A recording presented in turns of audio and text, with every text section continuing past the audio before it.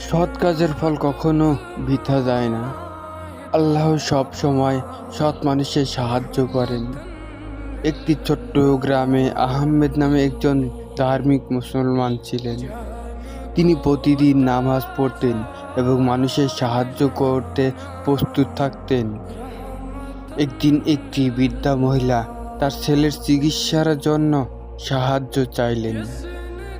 আহমেদ তার সঞ্চয় থেকে কিছু টাকা দিয়ে বললেন, আল্লাহ তোমার সাহায্য করবেন।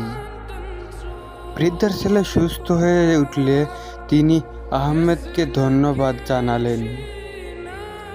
এই ঘটনার পর আহমেদের জীবন পাল্টাতে লাগলো। তার ব্যবসায় উন্নতি করতে শুরু করলো এবং তিনি আরো বেশি মানুষের সাহায্য করতে সক্ষম হলেন। গ্রামের লোকেরা